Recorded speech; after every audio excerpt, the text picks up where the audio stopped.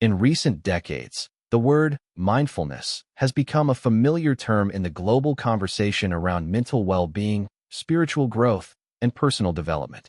It is often seen on the covers of magazines, in corporate training manuals, wellness apps, and even therapy rooms.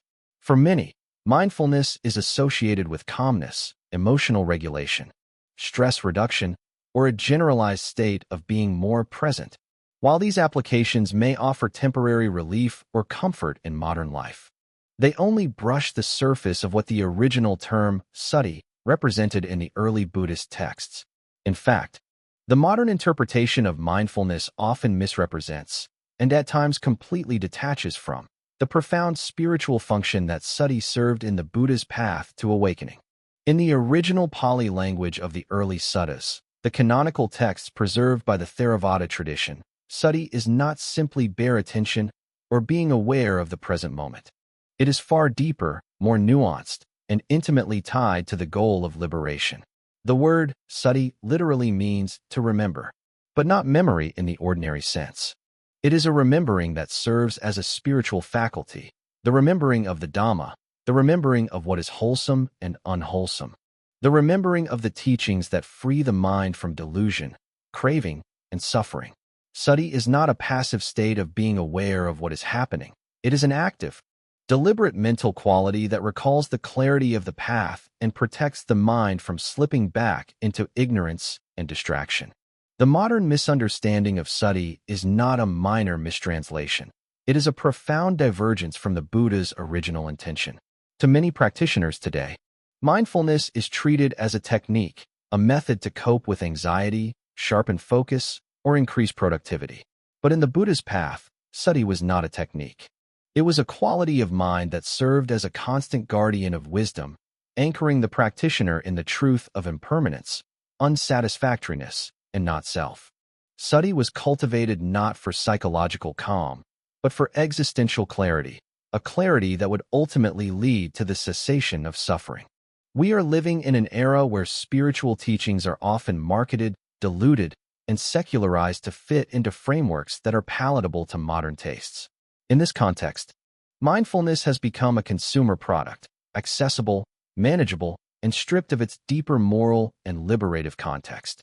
It is no longer seen as part of a radical spiritual path, but as a tool for enhancing one's life within the very structures that the Buddha urged us to transcend. This trend has made mindfulness popular, but it has also made it shallow. By divorcing mindfulness from wisdom, ethics, and the full framework of the Eightfold Path, we risk turning it into another form of subtle craving, the craving to feel good, to be calm, to be in control, rather than to be free. This lecture seeks to explore and clarify the true nature of sati as it was originally taught in the Pali Canon. We will examine its linguistic roots, its application in key discourses such as the Satipaṭṭhānas Sutta and Māsattipana Sutta, and its essential role as one of the 7 factors of enlightenment. We will contrast this with how mindfulness has been redefined in the modern world, particularly in Western therapeutic contexts. More importantly, we will reflect on the implications of this shift, how it affects our understanding of the spiritual path, and what is truly at stake when we forget the original meaning of sati. We must remember that for the Buddha, the goal was not to feel better, but to awaken. This awakening did not come from merely observing thoughts or staying in the now. It came from seeing clearly the arising and passing away of all phenomena, understanding their conditional nature, and relinquishing attachment to all things as I or mine. Sati was the faculty that allowed this vision to unfold. It was the ever-present watchfulness that prevented the mind from slipping into forgetfulness, distraction, or delusion.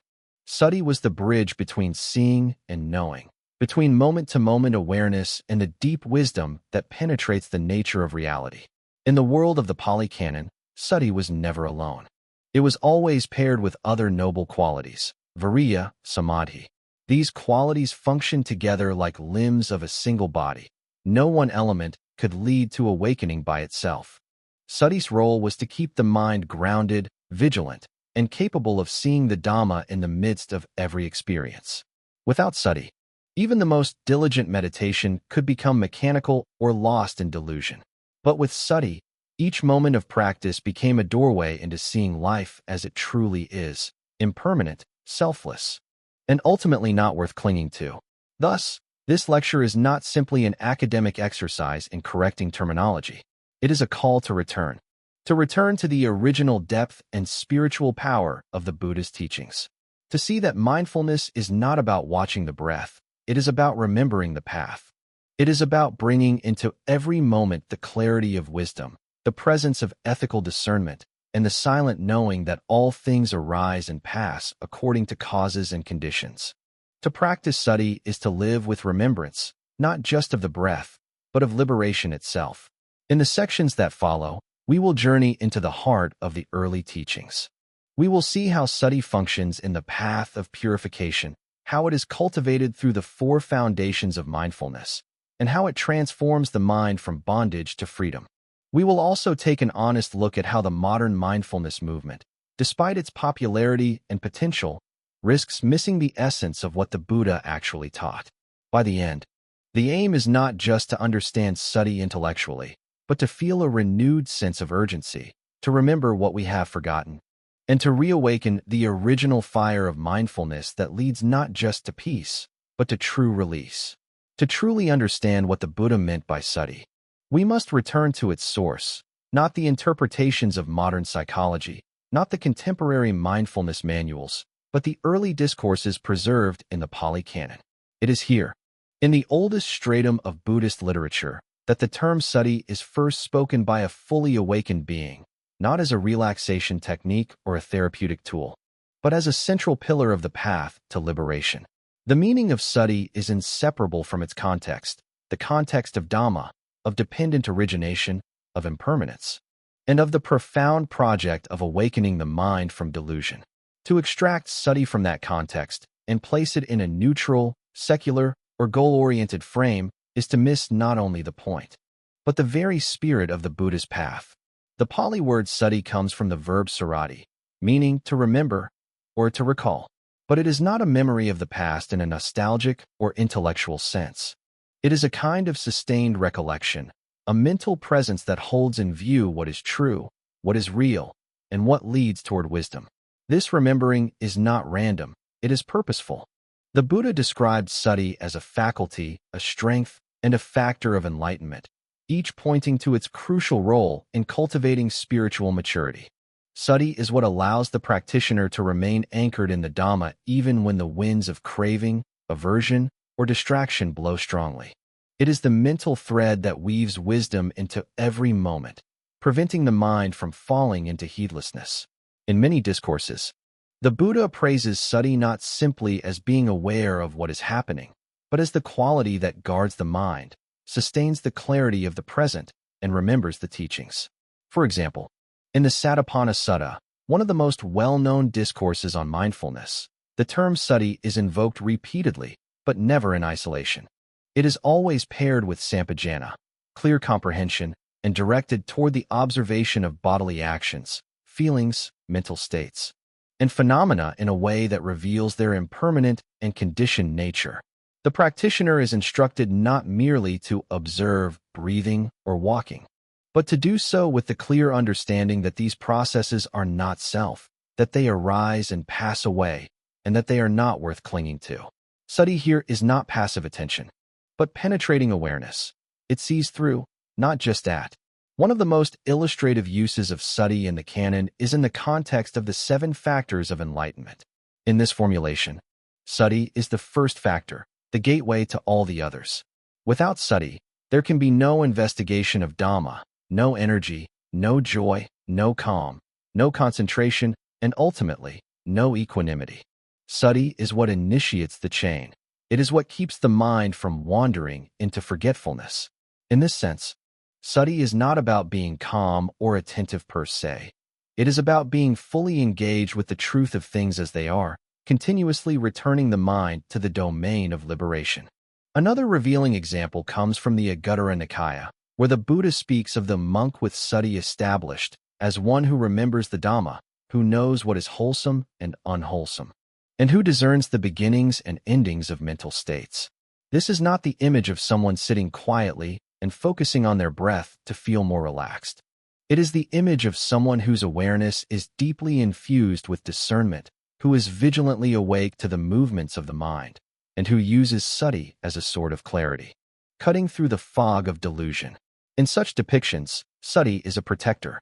It guards the mind from falling back into automatic, reactive patterns. It is the opposite of mental drift or unconsciousness. Even the metaphorical language used in the Pali Canon supports this deeper view of sati. In several places, the Buddha compares sati to a gatekeeper who watches who comes in and out of a city. The gatekeeper is not just standing there looking. He is discerning. He is vigilant. He knows who is friend and who is enemy, who brings safety and who brings harm. Likewise, sati watches over the gates of the senses. It is not neutral. It has the wisdom to know what leads towards suffering and what leads away from it. When sati is present, the mind is protected. When it is absent, the defilements can enter undetected. Furthermore, in the broader context of the Eightfold Path, sati is not just any kind of mindfulness. It is samasati, right mindfulness. This is a key distinction that is often ignored in modern interpretations. The prefix sama indicates that this quality is aligned with the path to liberation. It is right in the ethical, spiritual, and liberative sense. It is not just about being aware. It is about being aware in a way that supports the cessation of craving, clinging, and suffering. Sati, in the Buddhist teaching, is always tethered to panna and samadhi. It cannot be separated from these and still retain its meaning. Indeed, sati in its original form is a moral force. It is a remembering that is value-laden. It remembers not only the breath, but also the precepts. It remembers the teachings. It remembers death. It remembers the noble goal of nibbana. This is why, in many meditative recollection practices, such as Maranasati, Anasati, or even Dhanasati, the term sati is used to describe this function of the mind that brings wisdom and perspective back into awareness. The practitioner is not simply observing their thoughts or environment. They are deliberately turning the mind toward what is spiritually significant. In this way, sati is a transformative quality. It is the mental flame that keeps the Dhamma alive in the heart.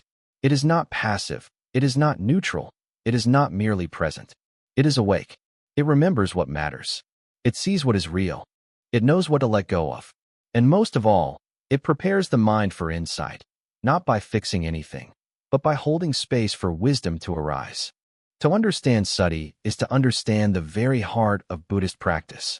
Not the heart that seeks comfort or peace in a psychological sense, but the heart that longs for awakening, the deep, inner yearning to be free from all forms of grasping, to stand in the fire of impermanence and not be burned by it.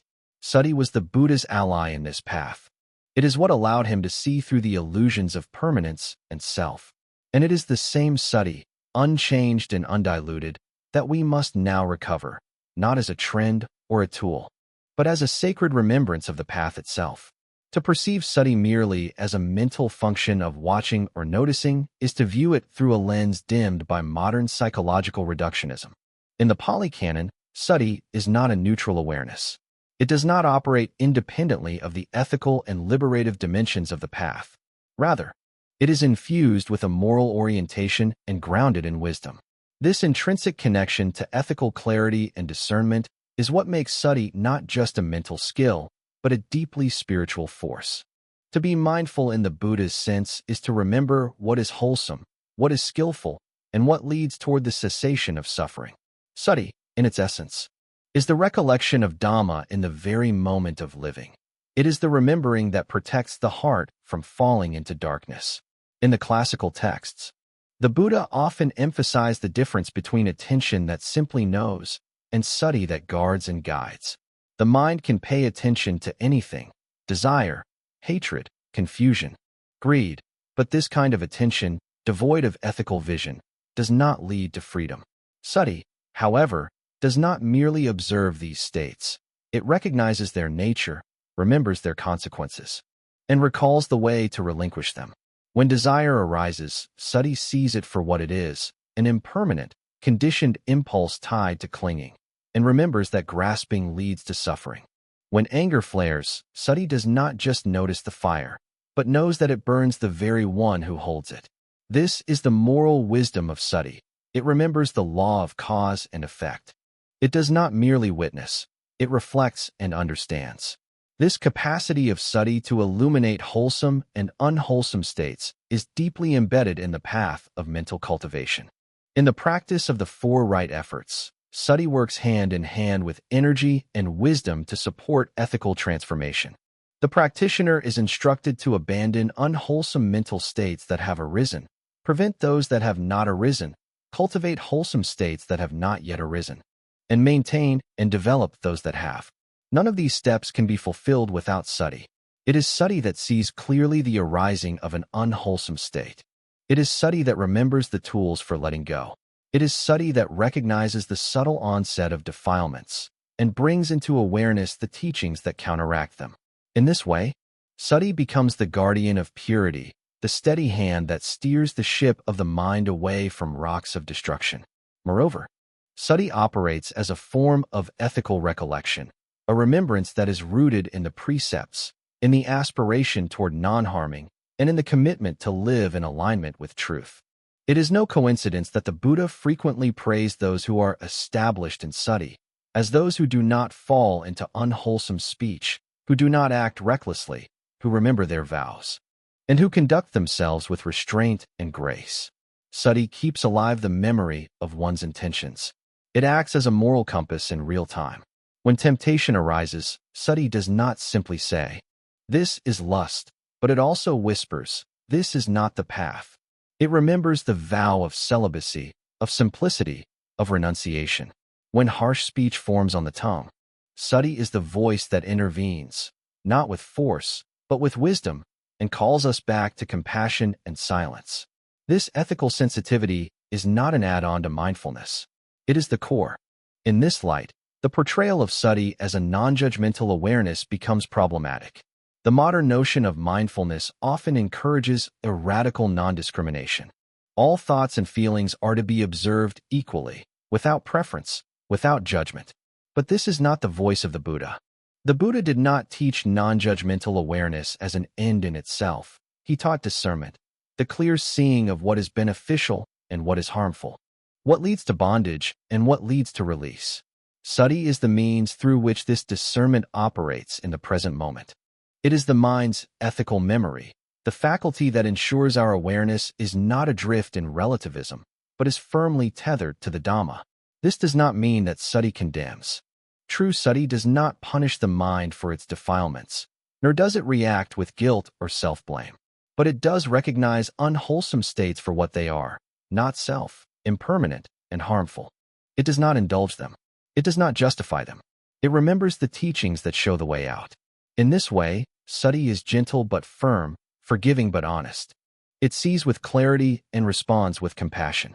Its ethical nature does not create resistance, but fosters alignment, a natural turning of the heart toward what is skillful, toward what supports awakening. Furthermore, Sati's ethical awareness is intimately tied to Panna, the wisdom that penetrates into the three characteristics: impermanence, suffering, and not self. Sati without Panna is incomplete. It may observe phenomena, but it will not understand them. It will not see through them. But when Sati is joined with Panna, the moment becomes transparent. The rising and falling of a sensation is no longer just an experience. It becomes a teaching. The contraction in the belly is no longer just pain. It is a lesson in impermanence. The rising of fear is not a problem. It is a doorway to see craving and identification. In this way, Sati becomes the fertile ground where wisdom can grow, not because it is calm, but because it is clear. This clarity also affects how Sati engages with the concept of time. Modern mindfulness often teaches us to stay in the present moment, as if the present is inherently sacred or superior. But in the Canon, the present is not clung to. It is observed, yes, but with insight. Sati does not merely keep us in the now. It allows us to see the conditioned unfolding of the now. It lets us trace the thread of dependent origination. It remembers how this mind state came to be. It sees the links of contact, feeling, craving, clinging, becoming. And in seeing, it weakens the illusion. This is not a static presence, but a dynamic unfolding of liberation. Thus, Sati is both memory and insight, both ethics and awareness. It is a vigilant presence that remembers what matters and sees what is real. It is the quality that prevents heedlessness, sustains virtue, and fertilizes wisdom. Without it, the mind falls back into old habits, forgets the Dhamma, and drifts into the sleep of ignorance. But with it, the path remains alive, illuminated, and walkable, moment by moment, breath by breath, life by life. This is the kind of sati that the Buddha spoke of. Not a tool, not a practice, not a feeling, but a quality of the awakened mind, a remembrance of freedom in the midst of samsara, and a gentle but powerful call back to what is true. When we practice sati in this way, we are not simply observing experience. We are remembering who we are when we are not clinging to anything. The practice of sati reaches one of its most detailed and structured expressions in the teaching known as the satipaṭṭhānas, often translated as the four foundations of mindfulness. These four domains, body, feeling, mind, and mental objects or phenomena, are not just categories for observation. They are carefully chosen fields through which the practitioner can directly investigate the nature of reality. But to understand Satipaṭṭhāna properly, we must free ourselves from the widespread simplification that these are mere areas to pay attention to. In truth, each foundation serves as a lens through which the characteristics of all experience, impermanence, unsatisfactoriness, not self, can be seen with growing clarity. The four foundations are not about experiencing the present for its own sake, but about penetrating the illusion of permanence and selfhood that binds beings to the cycle of suffering. The first foundation, mindfulness of the body, is not merely a physical scan or an awareness of movement. It is a direct confrontation with the truth of impermanence manifest in this fragile, perishable form. The body is examined not to cultivate comfort in the present moment, but to see it as a process, as a collection of elements, as something bound for decay and dissolution. This is why the Buddha speaks of contemplating the body, from the soles of the feet to the top of the head, covered with skin and full of various kinds of impurity. The practitioner is encouraged to perceive the body not with attachment or aesthetic bias, but with wise reflection: bones, sinews, flesh, bile, blood, phlegm, pus. Such meditations strip away illusion, exposing the body as a temporary structure, unworthy of clinging. Furthermore, the body is used to contemplate the breath, not as a way to relax, but to see the arising and ceasing of a natural, uncontrollable process. The breath is not me. It comes and goes of its own accord. This insight, repeated and deepened, weakens the identification with form and anchors sati in dispassion.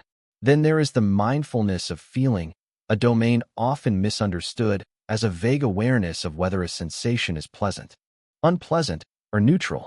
But the Buddha's instructions point far deeper. The practitioner is to observe feeling as feeling, not as something personal or fixed, and to understand its conditional nature. Pleasant feelings give rise to craving.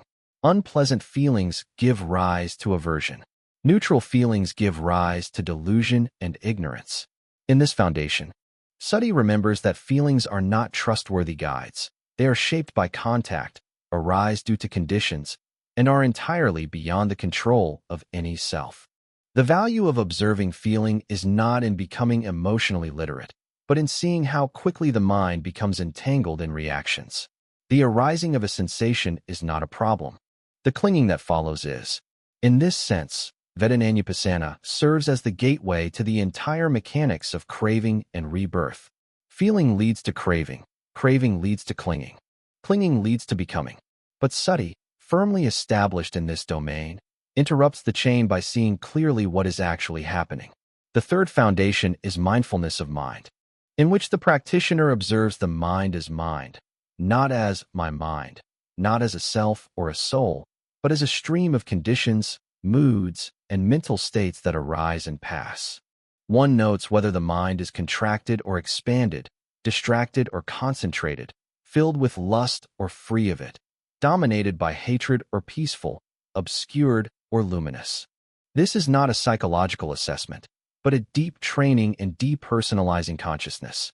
What is seen again and again is that the mind is not an entity, it is an event. Thoughts arise not from a thinker, but from causes. Emotions move not from a heart, but from conditions. Satipaṭṭhānas reveals that even the observer is not fixed. The observer, too, is observed. When the practitioner sees this, there is a loosening of identity, a release from the sense of ownership. What remains is the pure knowing of a mind that is ever-changing, without core, without center. Finally, we come to the fourth foundation, mindfulness of Dhammas. This foundation is often the most abstract, but also the most transformative. Here, the practitioner contemplates the various categories of phenomena that the Buddha identified as central to liberation. These include the 5 hindrances, the 5 aggregates, the 6 sense bases, the 7 factors of enlightenment, and most notably, the 4 noble truths. But to merely recite these categories or think about them intellectually misses the point. The practitioner is instructed to observe these elements as they arise and cease in real time. When anger appears, it is seen as the hindrance of ill will. When fatigue clouds the mind, it is known as sloth and torpor. When clarity arises, it is noted as sati or samadhi increasing. And when the 4 noble truths are contemplated, the practitioner does not think about them, but sees their functioning. Here is dukkha, here is its origin, here is its cessation, here is the path leading out.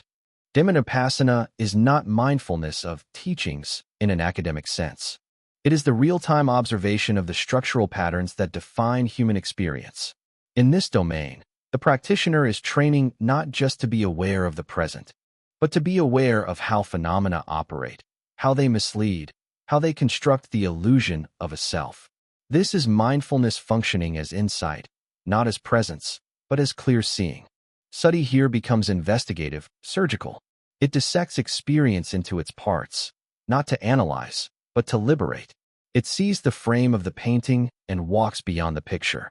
This is the culmination of satipaṭṭhānas, not presence, but penetration. Crucially, in all 4 foundations, the refrain is repeated over and over. The practitioner abides, contemplating internally, externally, and both internally and externally, and remains ardent, clearly comprehending, and mindful, having removed covetousness and grief for the world. This refrain is not poetic filler. It is a reminder that sati must be supported by sampajana and a letting go of desire and sorrow. In other words, sati is not isolated. It functions within a whole ecology of liberation. To practice mindfulness without effort, without clarity, and without dispassion is not to practice as the Buddha taught. These elements work together. They create the conditions for insight to arise and for the mind to be released from its habitual grasping. Thus, to reconsider the 4 foundations of mindfulness is to reclaim sati as the profound spiritual tool it was meant to be. It is not a matter of checking in with our bodies or labeling our feelings. It is a matter of entering into the truth of impermanence and learning, through direct seeing, that there is nothing here to cling to. The body decays. Feelings fluctuate. The mind changes. Mental formations arise and cease. What we are left with is the recognition that none of it is ours, none of it is worth holding on to, and none of it can give us lasting peace. This is the insight that liberates. In the original teachings, the 4 foundations of mindfulness were not a meditation method. They were a complete contemplative framework for dismantling ignorance. They were the very ground on which awakening could unfold. When sati is understood and practiced in this way, deeply, ethically, and insightfully, it becomes a fire that burns through delusion. And in its glow, the practitioner sees not just the present moment, but the path out of all moments, the path beyond suffering, beyond time, beyond self. The contemporary landscape of mindfulness is awash with promises of stress reduction, increased productivity, emotional regulation, even corporate success. The image is clean, secular, inviting. A person seated on a cushion, eyes half closed, aware of their breath. Be in the moment, they are told. Let go of judgment. On the surface, it seems harmless, even helpful. But beneath the polished language and gentle tones lies a serious departure from the original purpose of sati as taught by the Buddha. What once was a fierce tool of liberation has been reshaped into a palatable wellness technique, stripped of its ethical foundation, disconnected from wisdom, and aimed not at freedom from suffering, but at adjusting more comfortably to it. To see this shift clearly is not to condemn mindfulness outright. but to recognize how far it has wandered from its roots. The Buddha never taught sati as a standalone practice. It was always embedded within the Noble Eightfold Path, a path grounded in right view, right intention, and ethical conduct. Modern mindfulness, in contrast, is often presented as morally neutral. It can be practiced by a banker or a soldier, a meditator or a corporate executive, without regard for the ethical implications of their actions. This detachment from moral responsibility is not just a dilution, it is a distortion. In the Pali Canon, sati is inseparable from sila. To be mindful without right view is like sharpening a knife with no sense of what it will cut. The Buddha warned that mental training, if pursued without ethical grounding, can become dangerous, leading not to liberation but to increased self-absorption, pride, or even unwholesome power. Yet modern mindfulness programs rarely speak of this. Instead, they offer a technique without context, a tool divorced from wisdom. Another departure lies in the goal itself. In early Buddhism, sati was cultivated not to feel better, but to see more clearly, even if what one saw was painful. It was about facing dukkha, the unsatisfactoriness of all conditioned existence, and breaking the illusion of permanence and self. Modern mindfulness, by contrast, often promotes emotional comfort. It encourages users to return to the breath, not to investigate impermanence, but to soothe anxiety. The breath becomes an anchor not for insight, but for escape. Instead of confronting the causes of suffering, many are taught to observe thoughts like clouds passing by, not realizing that some clouds are storm systems rooted in deep delusion, craving, and ignorance. The result is a mindfulness that may pacify discomfort, but does not challenge the mental habits that perpetuate it. Where the Buddha's path leads to dispassion and disenchantment, modern mindfulness risks reinforcing subtle forms of clinging. There is also the issue of identity. In the Satipaṭṭhānas Sutta and elsewhere, sati is meant to dismantle the illusion of I, me, and mine. The body, feelings, mind, and dhammas are observed precisely to see that they are not self. But in much of the mindfulness literature today, the practice is often used to enhance or heal the self. Be kind to yourself. Get in touch with your authentic self. Observe your thoughts without judgment. These phrases, while seemingly compassionate, subtly reinforce the very identity view the Buddha sought to uproot. The mind becomes a stage for self-improvement, not self-transcendence. The observer becomes a new form of ego, more refined, but still grasping. Rather than realizing the emptiness of self, many modern practitioners are encouraged to polish it. Language, too, has contributed to the drift. The English word mindfulness is vague. It lacks the precision and context of sati, which carries connotations of remembrance, ethical presence, and wise attention.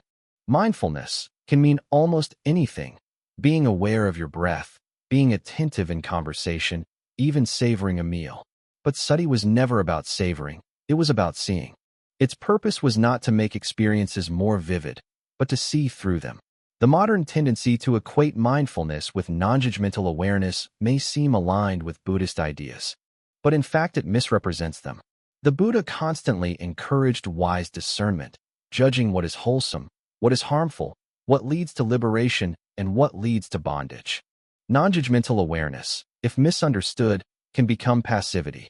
It can lead to complacency, to a vague acceptance of whatever arises, without the penetrating insight that sati was meant to ignite.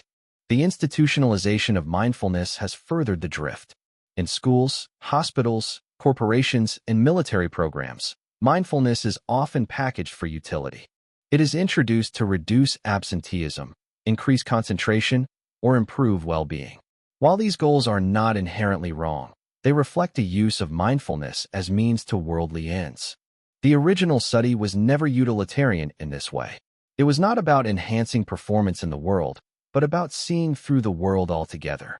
When mindfulness is employed to help a soldier stay calm in battle, or a stockbroker manage stress during a crash, it is being used not to end suffering, but to optimize functioning within samsara. The system remains untouched. The suffering continues, only now endured with greater composure. Moreover, the modern mindfulness movement often avoids the more profound and unsettling teachings of the Buddha. Concepts like anatta, anicca, and dukkha are either sidelined or rebranded into softer, more digestible terms. The result is a version of Buddhism with the edges smoothed out, the urgency dissolved. But the Buddha's path was never comfortable. It was radical, demanding, even existential. To sit in mindfulness and see that all phenomena arise and pass, that there is no core self, that nothing can truly satisfy, that is not comfort. That is revolution. Yet modern mindfulness, in its effort to be inclusive and non-threatening, often avoids this depth. It offers the form of practice without the fire of liberation. There is, too, a subtle commodification at play. Mindfulness has become a product, marketed, branded, and monetized. Apps, courses, retreats, and certifications abound. This commercialization risks turning a sacred path into a consumer choice. The practitioner becomes a client. The Dhamma becomes content. In this setting, Sati is no longer a sacred remembrance, but a subscription. While accessibility is valuable, the packaging of mindfulness for mass consumption often entails dilution. The core message gets lost in translation. The practice is simplified, decontextualized, and offered in a way that asks little and promises much. But the original path was never about convenience. It required effort, renunciation, and the willingness to face unpleasant truths. This drift from original Sati to modern mindfulness is not merely a change in style. It is a change in function. Where the Buddha taught mindfulness as part of a path leading out of suffering, modern mindfulness often becomes a method for coping with it. Where the Buddha aimed at dispassion, non-clinging, and awakening, modern mindfulness often aims at stress relief, emotional balance, and self-improvement. These are not the same destination. A path walked with a different view, different effort, and different aim will not arrive at the same liberation. It may provide temporary relief, but it will not break the cycle. And yet, all is not lost. There are voices, teachers, scholars, and practitioners who are working to reconnect mindfulness with its roots. They are emphasizing ethics, reintroducing right view, and restoring the deep insights into not-self and impermanence. But this requires a collective honesty, a willingness to see how far we've drifted, and the courage to return. It requires practitioners to ask not just what they are practicing, but why. Is it to escape suffering, or to understand it? Is it to feel better, or to see clearly? Is it to build a self, or to let go of it? To recover Sati, we must go beyond mindfulness as mood, or tool, or brand. We must re-enter the ancient silence where the Buddha sat, not seeking comfort, but truth. Not seeking calm, but freedom. Sati was never about settling into the present moment. It was about remembering the Dhamma in every moment. It was about seeing clearly the nature of all things, and, seeing clearly, letting go. To restore Sati to its rightful place is not merely to correct a misunderstanding. It is to reawaken a wisdom that cuts through the illusion of self and world. It is to return to a living current of the Buddha's path, not as dogma or cultural tradition, but as a precise and profound training of the mind rooted in liberation. The first step in this restoration is to understand deeply that Sati is not a generic attentiveness or a psychological tool. It is right mindfulness, a specific quality cultivated as one factor of the Noble Eightfold Path, inseparable from ethical living, right understanding, and the aspiration to end dukkha. Right mindfulness is not mindfulness of anything and everything. It is not merely noticing a breath, a sound, or a sensation and labeling it mindfulness. Instead, the Buddha outlined exactly what to be mindful of, how to be mindful of it, and why. In the Satipaṭṭhānas Sutta, he gave 4 primary frameworks for contemplation, and Dhammanupassana, each intended not to cultivate calm alone, but to develop direct insight into impermanence, unsatisfactoriness, and non-self. These are not passive observations, but active investigations, guided by the clarity of Yoniso Manasikara, wise attention, and grounded in a moral and spiritual framework. Without these supporting conditions, mindfulness can devolve into a neutral mental function, disconnected from the path to awakening. To remember Sati as it truly was is to see it as remembrance, not of a concept, but of the Dhamma itself. It is the quality that recollects what is worthy of attention, that guards the mind from falling into heedlessness. that keeps the practitioner anchored in the present not for the sake of presence alone, but because the present is the only place where insight can cut through delusion. Sati is like a sentinel at the gate of the mind, alert and discerning. It watches what arises, what persists, and what passes away, not with cold detachment, but with the warmth of a mind inclined toward freedom. It is not satisfied with noticing, but penetrates the nature of things. It sees clearly. This is form, arising and ceasing. This is feeling, conditioned and not self. This is perception, impermanent and unreliable. This is volition, driven by craving and ignorance. This is consciousness, arising dependent on contact, not a soul. To be mindful in the Buddha's way is to be intimately familiar with the conditioned, and through that familiarity, to begin letting go. Restoring sati also means restoring its place in relationship with the other factors of the Eightfold Path. It is not an isolated practice, but works in harmony with right view, right effort, and right concentration. Without right view, mindfulness can drift into nihilism or escapism. Without right effort, mindfulness becomes passive, failing to restrain unwholesome states or cultivate wholesome ones. Without right concentration, mindfulness remains superficial, unable to penetrate into the deeper layers of mind where defilements hide. Samasati is empowered when the path is complete, when virtue supports clarity, and when the aspiration is not just relief from stress, but the full cessation of suffering. A crucial part of this restoration involves remembering that sati is not value neutral. It carries an ethical dimension at its core. One is not simply mindful of anger, but mindful of anger as something unwholesome, conditioned, and leading to harm. One is not merely aware of craving, but mindful of its root, its fuel, its consequences. The practice of mindfulness as taught by the Buddha always includes discernment, sampajana, clear comprehension. This is why the Buddha warned about wrong mindfulness, or mikasati, a kind of awareness divorced from wisdom, capable of being used even to justify greed, hatred, or delusion. Right mindfulness, by contrast, remembers the purpose of the practice, to awaken, to abandon clinging, to end dukkha. It never loses sight of that goal, even in the smallest breath or sensation. We must also reclaim the intimate link between sati and apamita, heedfulness. The Buddha called heedfulness the path to the deathless, and sati is its chief ally. Heedfulness is the refusal to live automatically, to drift through existence unaware of the consequences of body, speech, and mind. It is the vigilant awareness that every moment has weight, that every action shapes the future, that awakening is not guaranteed simply by sitting quietly, but by being fully alive to the truth of things. In this light, sati becomes a blazing presence, not passive, not subdued, but luminous with understanding.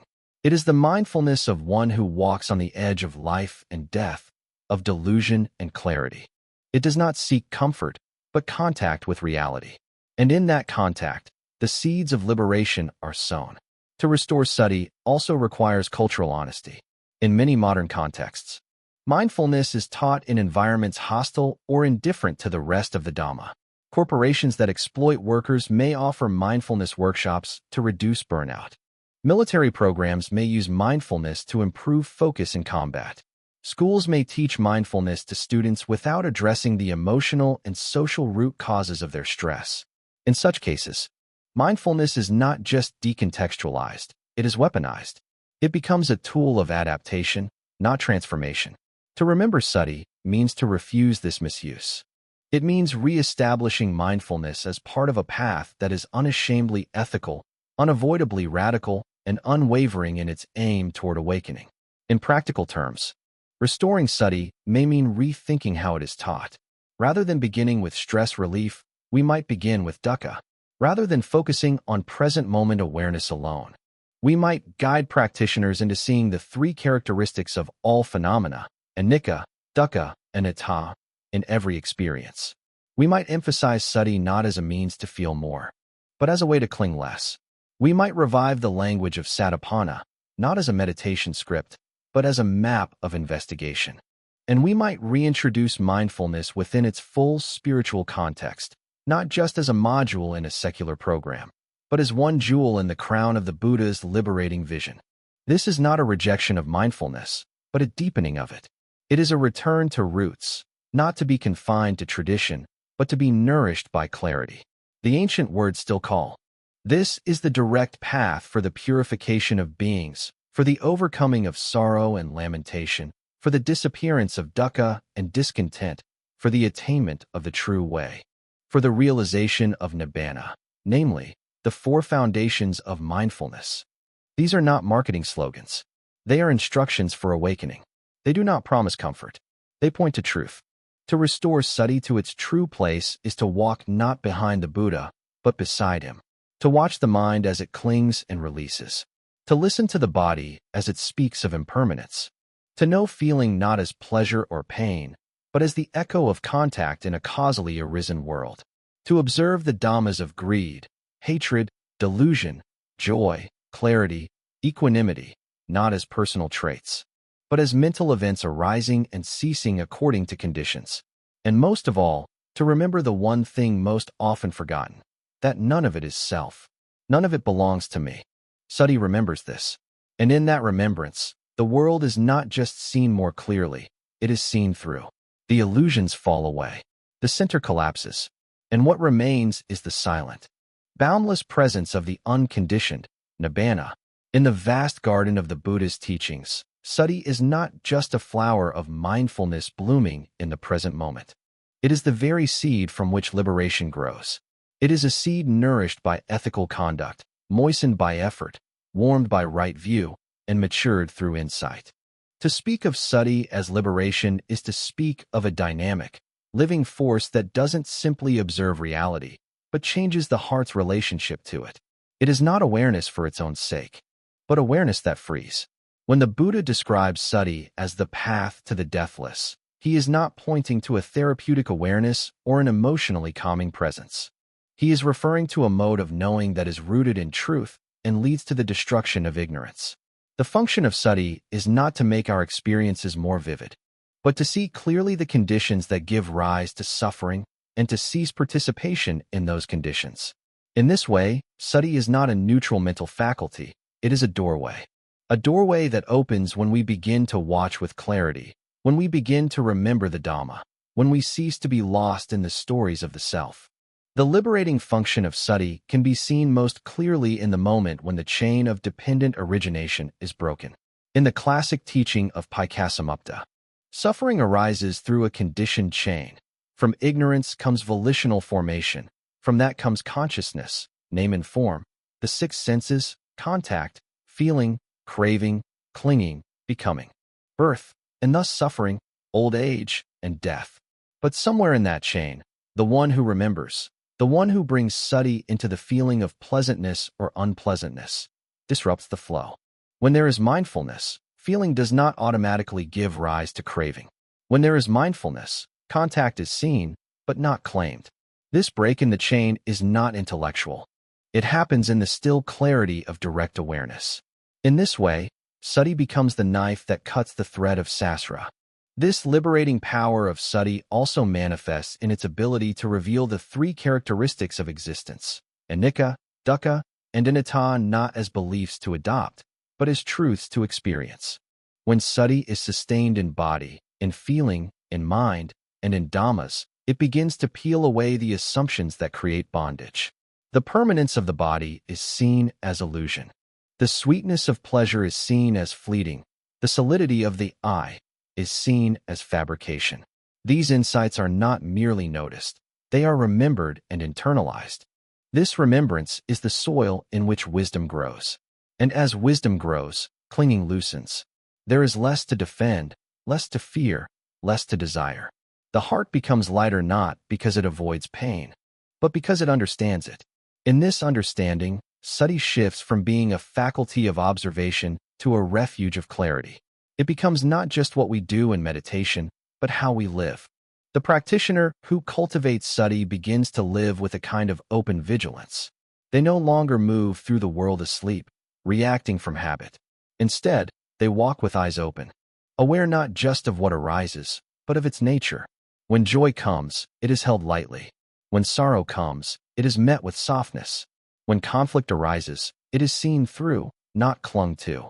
Sati becomes the lamp in the cave, not a lamp that tries to control the cave, but one that reveals its contours. And as the contours become known, the illusions begin to dissolve. This dissolution does not happen quickly. The seed of Sati grows in stages. First, there is bare awareness, seeing what is, without being lost. Then comes recognition, remembering what has been seen, what has been learned. Then comes reflection, linking what is seen to what the Dhamma teaches.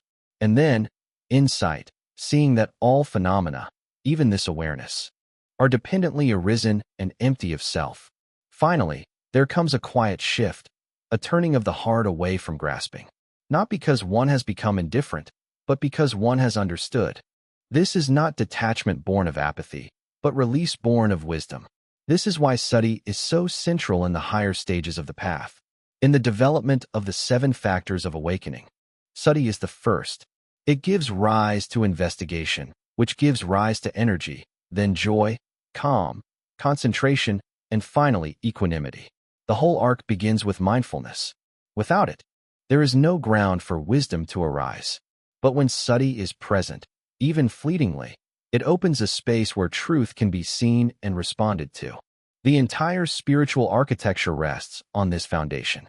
And yet, this seed of liberation must be protected. Just as a gardener must guard the seed from weeds, the practitioner must guard Sati from heedlessness.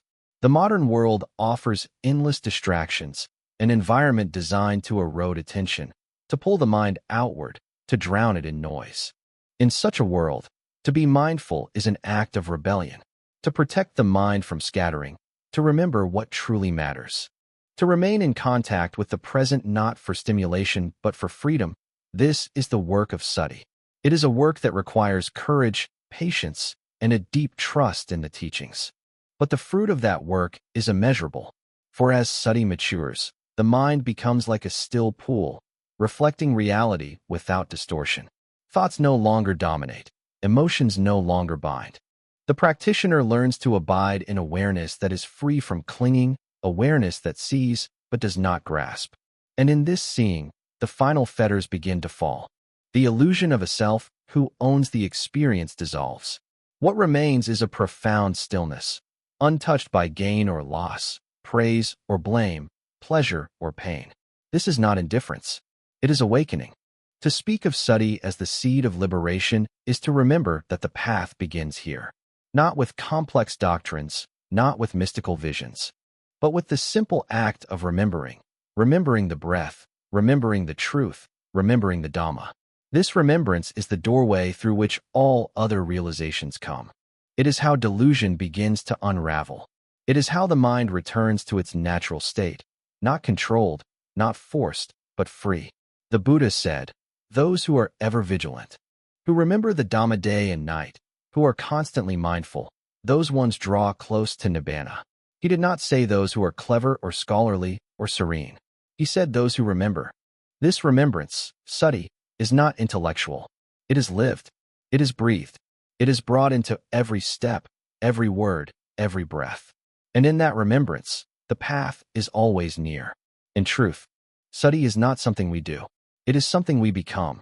When Sati becomes natural, effortless, and deep, it is no longer a practice. It is presence beyond the self.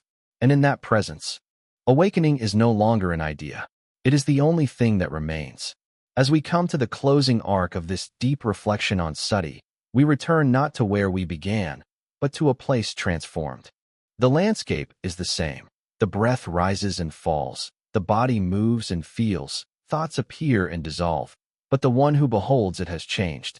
Because to walk with Sati, to truly live with the presence of remembering, is to be invited into a sacred shift from wandering in delusion to dwelling in wisdom.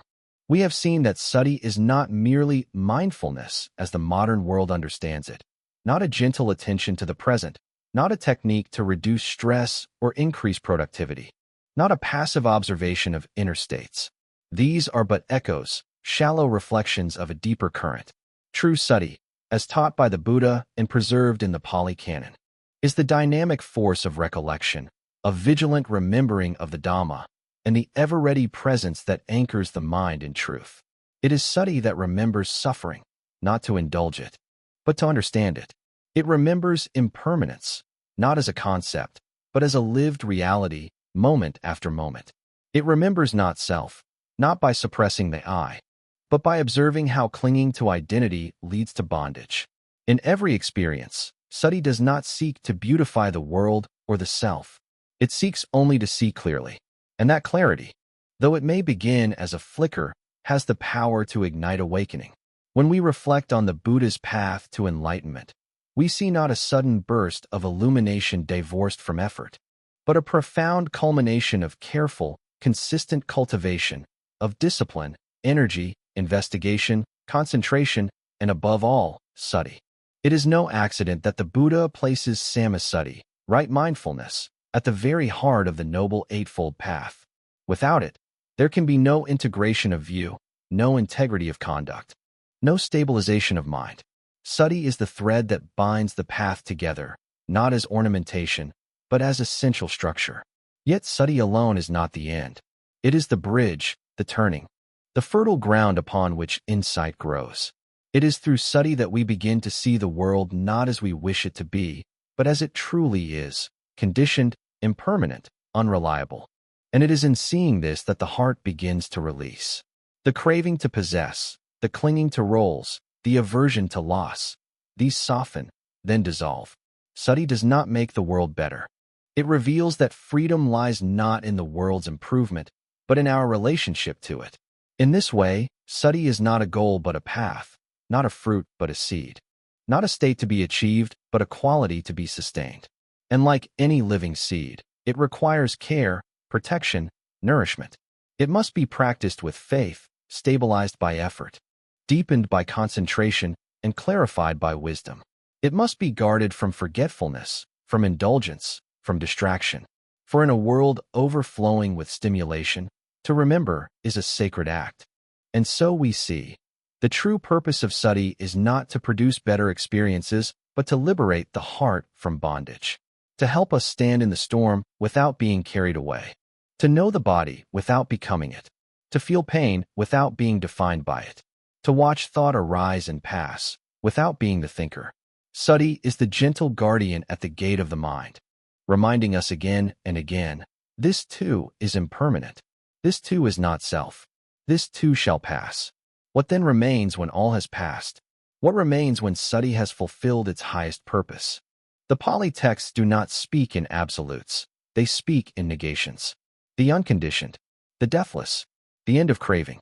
Nibbana, not a place, not a state, but a cessation. A liberation from the compulsion to become. And the door to that cessation is opened not by ecstasy or analysis, but by steady, unshakable Sati, a mind that does not wander, a mind that does not forget, a mind that does not cling. This is why the Buddha called Sati a protector, a guardian, and even a noble charioteer. For without it, the mind is like an untrained horse, rushing after the world, blind to danger, deaf to wisdom. But with Sati, the reins are firm, the direction clear, and the path unwavering. We no longer gallop toward pleasure or flee from pain. We walk the middle path, awake, alert, and free. In the final analysis, to cultivate Sati is not to become someone new, but to cease becoming altogether. It is to return to the simplicity of this breath, this step, this seeing. Not because the world has changed, but because our relationship to it has. To be mindful in the way the Buddha taught is to die before death, to let go before life takes from us what we cannot hold. And in that letting go, to discover the profound peace that was never far away, only forgotten. Thus we conclude, but not end. For Sati is not a destination, it is a companion. In every act of waking up, in every moment of gentle clarity, in every time we remember the Dhamma in the midst of delusion, Sati walks beside us. And as long as we walk with Sati, we are walking the path of the Buddha, not toward more experiences, but toward release from the need for experience itself. May we remember, may we see, may we be free.